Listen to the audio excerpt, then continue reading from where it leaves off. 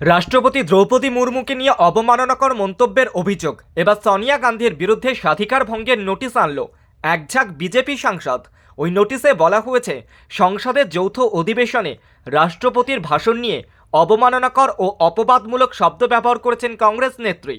Budget পেশের আগে সংসদের যৌথ অধিবেশনে শুক্রবার সংসদে ভাষণ দিয়েছিলেন রাষ্ট্রপতি দ্রৌপদী মুর্মু। জনমানসে কি পরিবর্তন এসেছে 59 মিনিটের ভাষণে মূলত সেগুলিই তুলে ধরেছিলেন রাষ্ট্রপতি। তিনি জানান, মহিলা, যুব সমাজ এবং কৃষকেরা সর্বোচ্চ প্রাধান্য পাচ্ছে।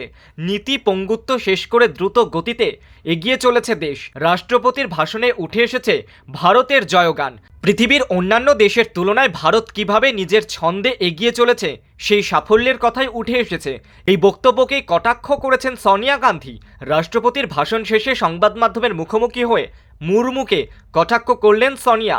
তিনি বলছেন, ভাষণ দেওয়ার সময় ওকে অত্যন্ত ক্লান্ত লাগছিল, শেষের দিকে তো অনেক কষ্ট করে কথা বলছিলেন।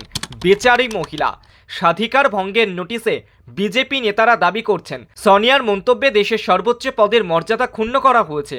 নোটিশে আরও বলা হয়েছে, সোনিয়া গান্ধীর অবমাননাকর মন্তব্যে আমরা অত্যন্ত হতাশ হয়েছি। এর গুরুত্ব বিবেচনা করে শাস্তিমূলক পদক্ষেপের প্রয়োজন রয়েছে। রবিবার ছুটির দিনেও ব্যস্ত শিডিউল দেবের। ওম মাধু জুটি ধরা দিল আবারও এক ফ্রেমে।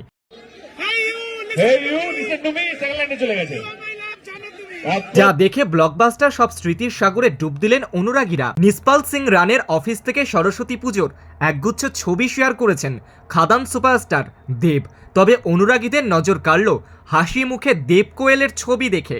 আর এক সময়কার সেই ব্লকবাস্টার জুটি এক ফ্রেমে দেখেই আবার জুটি বাঁধার আবদার জানিয়ে বসলেন অনুরাগীরা। ফের কবে একসঙ্গে দেখা যাবে দেব কোয়েলকে, কৌতূহল তুঙ্গে। একাংশ আবার নিসপাল সিং রানের সঙ্গে দেব কোয়েলকে দেখে মন্তব্য করেছেন, প্রযোজকও তো সঙ্গের রয়েছেন, আবার একটা হয়ে যাক পাগলু। প্রসঙ্গত, বসন্ত পঞ্চমী উপলক্ষে সুরিন্দারের অফিসে এসেছিলেন রঞ্জিত মল্লিকও। প্রবীণ অভিনেতার সঙ্গে গল্পও জমিয়েছিলেন দেব। দেব কোয়েল জুটি একসময় পাগলু, পাগলু 2, মন মানে না, হিরোগিরি, রংবাজের মতো একাধিক সুপারহিট সিনেমা উপহার দিয়েছেন। উত্তম, সুচিত্রা, প্রসেনজিৎ, ঋতুপর্ণা জুটির উত্তরকালে দেব কোয়েলকে সেই স্থানেই বসিয়েছেন দর্শক অনুরাগীরা।